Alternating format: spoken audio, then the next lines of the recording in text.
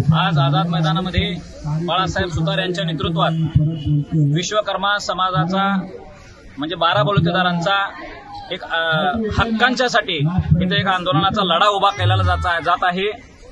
सन्माननीय हरिभाऊ राठोड साहेबांनी मागच्या काही वर्षांपासून कर्पुरी ठाकूर फॉर्म्युला हे महाराष्ट्रातल्या लोकांच्या चर्चेसाठी ठेवलेला आहे आणि त्यांच्या बोलण्याची एक तळमळ खरी आहे की जो 12 बलुतेदार घटक आहे ओबीसी आरक्षणामधला, ह्या घटकाला आजपर्यंत पंचायत समितीमध्ये, जिल्हा परिषदेमध्ये स्थान मिळालेलं नाही।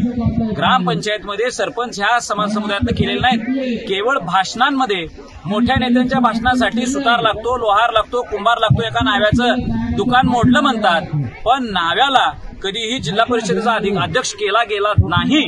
हे वास्तव महाराष्ट्राच्या समोर आहे आणि म्हणून आमदारकी असेल, खासदारकी असेल, ही सुद्धा संख्येच्या प्रमाणात दिलं चाललंय आणि माधवराव जो काही पॅटर्न आलाय त्या पॅटर्नला मान्यता 12 बलुतेदार घटकाची असू शकत नाही। म्हणून आज हे सगळे इथं एकत्र जमलेले आहेत आणि माझं छगनराव भुजबळ साहेबांना आव्हान आहे, तुम्ही तुमच्या अख्ख्या जिंदगीमध्ये एक तरी GR 12 बलुतेदारांसाठी, भटक्यांसाठी काढलाय का हे तुम्ही दाखवा।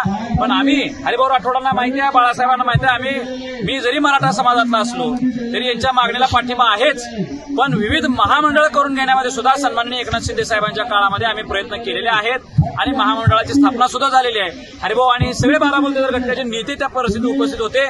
म्हणून माझं भुजबळ साहेबांना आव्हान आहे, आझाद मैदानाला तुम्ही या, यांच्या आंदोलनात येऊन तुम्ही बसा आणि ह्या समाजाची मागणी तुम्ही समजून घ्या, तरच तुम्ही ओबीसीचे नेते व्हाल। आता हरिभाऊ राठोड म्हणतात तसं भुजबळ हे ओबीसीचे नेते होऊ शकत नाहीत।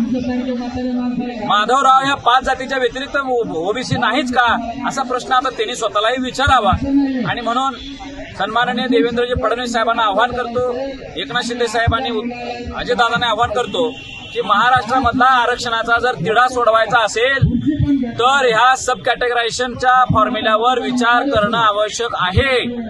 मराठा, कुणबी, लेवा पाटील, लेवा पाटीदार, माळी अशी जी काही सधन आणि संख्येनं जास्त असलेले समाज बांधव आहेत त्यांच्यासाठी वेगळं आरक्षण आणि 12 बलुतेदारांसाठी 4% वेगळं आरक्षण, ही मागणी आहे, ही रास्त वाटते। त्याशिवाय मराठ्यांचे आरक्षण सोडू शकत नाही मानवता। तुम्ही मंत्रालयाकडून भेट केली की काय?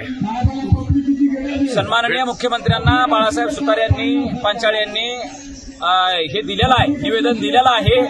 हरिभाऊ राठोड सुद्धा आज भेटतील, आम्ही सुद्धा भेटू आणि ह्या 12 बलुतेदार घटकांचं जी काही मागणी आहे ती सरकारपर्यंत पोहोचवायचा आम्ही प्रयत्न करू।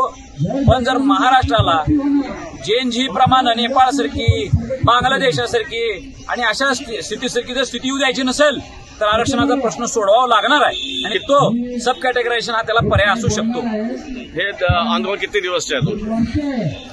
हे आंदोलन लाक्षणिक आंदोलन आहे। आज ह्या आंदोलनाची सुरुवात आहे।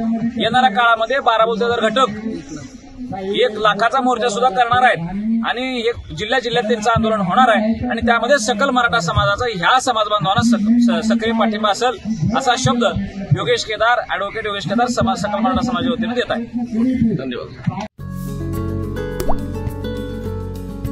आता जोकासू STP या अत्याधुनिक जॅपनीज तंत्रज्ञानाने सुसज्ज, quick installation, energy efficient, noiseless blowers, low maintenance या आणि अशा वैशिष्ट्यांनी परिपूर्ण जोकासू STP तंत्रज्ञान प्रकल्प उभारणीपासून ते विक्री पश्चात समाधानकारक सेवा देणारी, भारताबरोबरच परदेशात देखील प्रकल्पांची यशस्वी उभारणी करणारी company Deccan water treatment private limited.